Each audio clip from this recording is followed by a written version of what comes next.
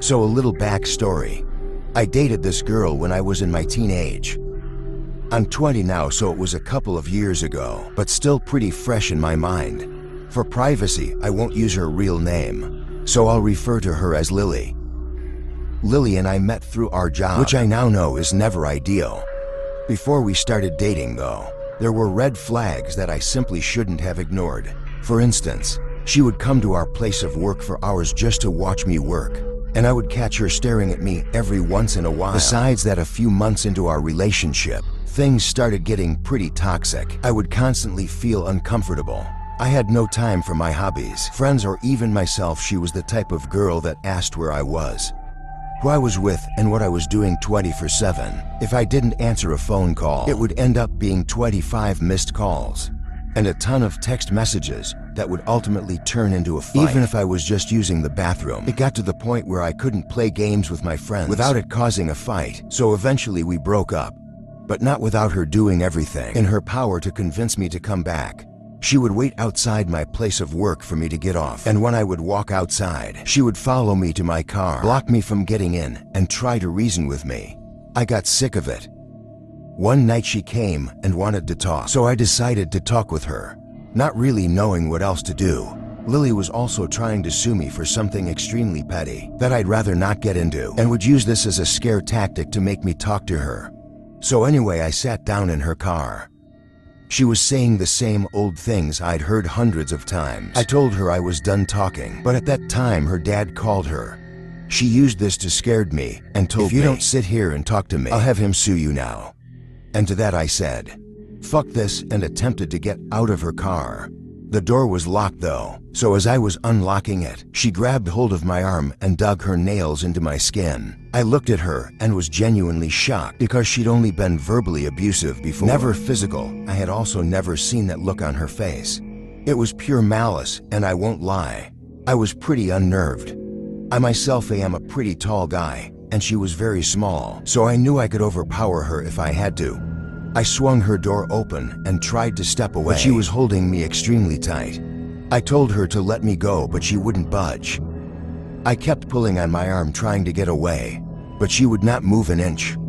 At this point my skin was starting to peel, so I made a judgment call and pulled her toward the passenger seat, which gave me enough time to get away and into my car. I drove home faster than I ever have, and I really wish I could say it ended there, but of course it doesn't. Unfortunately for me, Lily and I are practically neighbors, and she lives a couple blocks away. That night while I was playing video games, I heard a car outside, but I kind of chalked it up to my game. As I remember playing Minecraft that night, I had also smoked a bit of weed, so I figured that would have made the car noises louder. A little bit of time passed, and as I was playing, I heard a knock on my window. I thought I was being paranoid, as weed can tend to make me a little on edge sometimes, especially after what had happened. But that thought quickly faded after I heard another knock and a female voice saying my name. I knew it was Lily, and I started to panic. My window doesn't have the best blinds, so I knew she could see me. I didn't want to open my window because at this point I knew she could be potentially dangerous. I ignore her, hoping that she would go away, but of course she didn't, because after a minute or two, she started banging on my window. Her tone changed from soft and apologetic to more aggressive and angry.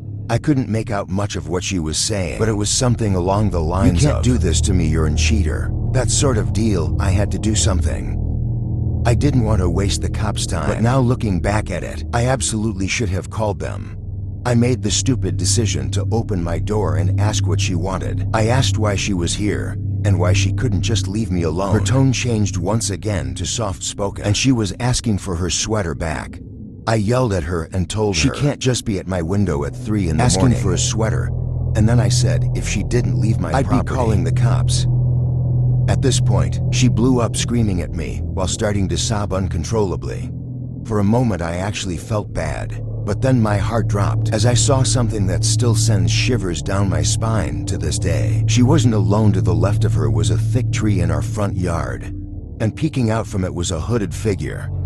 She saw me move to focus to the tree, and she knew I saw them. She reached for my arm and grabbed me, and as she did this I saw the person run out from behind the tree, but I couldn't make out any facial features. It didn't matter because they were sprinting toward my window. In that moment, my fight or flight kicked in and I slammed my window shut on Greg's arm. She screamed out in pain and pulled it back. I slammed it shut and locked it. Just before the other person reached my window, my heart was racing and it felt like I panicked and my hands shook. I showed them my phone dialing 911, and at that they hurried back to her car, started it, and drove away. I was in total shock, not even comprehending what had just happened. They sent an officer to my house. He took down my story and told me they'd call if anything came of it. Of course, there wasn't much they could do as there was no evidence. Anything happens like most 911 calls. As far as I know, she never had any legal action taken against her.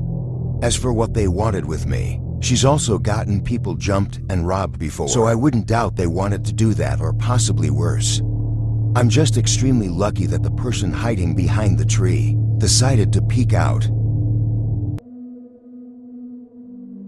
My name is Ava, and I haven't really slept much since last Tuesday. Not because I can't, but because I don't feel safe closing my eyes anymore. That's what happens, I guess, when someone you thought you knew turns out to be capable of something you only expect. From horror movies since I broke up with my boyfriend Victor 3 weeks ago, it wasn't dramatic. At least not at first. We'd been dating for just under a year. In the beginning, he was sweet. He was overly attentive and always texting and calling, like any partner wants. At first it felt like real love, the kind you think you're lucky to have. But over time, it turned possessive. He'd get upset if I took too long to reply. He'd ask weird questions like who I'd smiled at that day, or if I had seen any guys looking at me. Sometimes he'd show up at my job unannounced, just standing outside the window like he was checking in. He even showed up to the bars I was at with friends if I was having a girls' night out, and then forced me to come home with him. My friends started to hate him for these exact reasons. He never trusted me, but I didn't end it. Until he started asking if I'd ever consider putting a tracker on my phone to keep each other safe, not to start sharing each other's locations, but to literally put a tracker on my phone. That was the last straw for me. I told him it was over, and in response, he cried at first, but then he went silent. I remember hanging up on our last call with this strange tightness in my chest, like I was waiting for the other shoe to drop. For a little while, things were quiet. I blocked his number and tried to move on. I started going back to the gym, cooking real meals, just trying to feel happy again. But about a week after the breakup, I started getting creepy messages. Not from Victor, at least not directly, but from random numbers with no name or context. They were short, usually just a vague single sentence. I didn't reply to any of them. That's a surefire way to get a spam number. To know to keep harassing you, I just blocked each number as it came. I did not tell my friends. I told myself it was probably a scam or some spam bot, because I've always gotten spam texts. But then things moved beyond just random texts. One night I was in bed and had to get up to pee. I went into the hallway outside my bedroom, and before entering the bathroom, I thought I heard a soft voice come from downstairs in the foyer. I'm not the type to go check on a noise. I get scared in the dark, hence why I always like being in a relationship, so I don't have to stay alone all the time. I didn't go down to check it. I convinced myself it was a radiator clicking or something. I've lived in this apartment for almost 3 years, and most of that time was spent living with George my ex, and then Victor the remainder of that time, but hardly ever alone. I know the sounds it makes, and honestly, that sound was not one I'd heard before. So after I went to the bathroom, I went straight back into my room and jumped into bed, thinking the thin sheet of blanket cloth would protect me. Another night around 12 a.m., I could have sworn I heard a door in my apartment open from outside my room. That was the sound that woke me up. So I wasn't 100% sure of it. It could have been part of my dream, maybe. Still, my heart was panicking. I texted my family group message with my siblings and my parents, saying I keep hearing noises every night. I'm getting scared, of course. They were all asleep though, so I went back to sleep. That weekend I came home from visiting my sister and immediately felt like something was off. Nothing was missing or broken, but I felt like maybe doors were open at angles that they weren't left before. It may sound far-fetched, but it's not.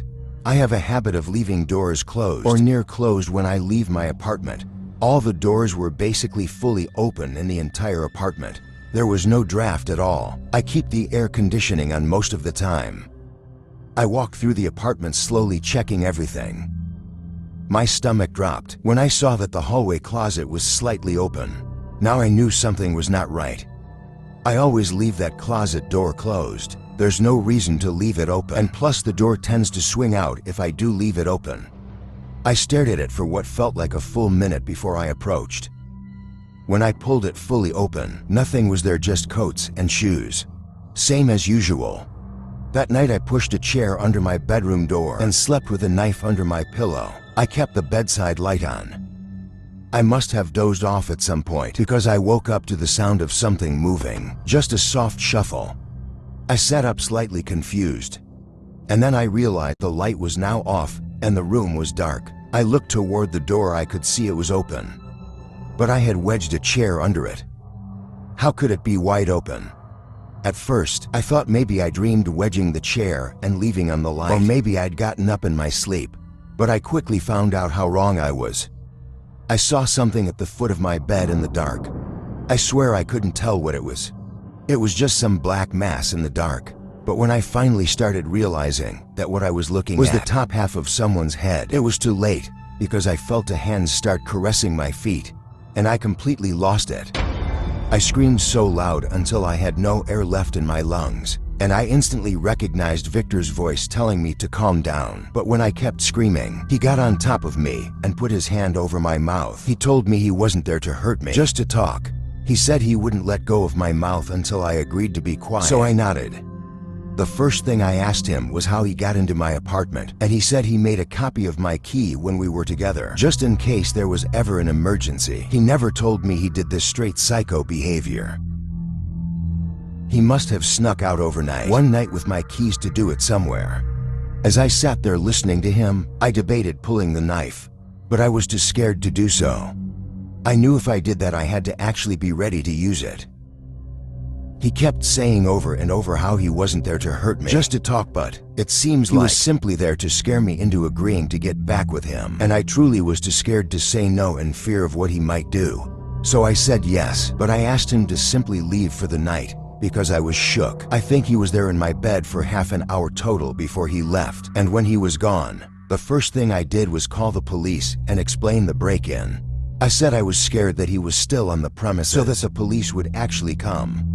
When they did, I made an official police report, which I later used to file a restraining order against Victor, with enough people backing up my claims, since I couldn't actually prove he broke into my house.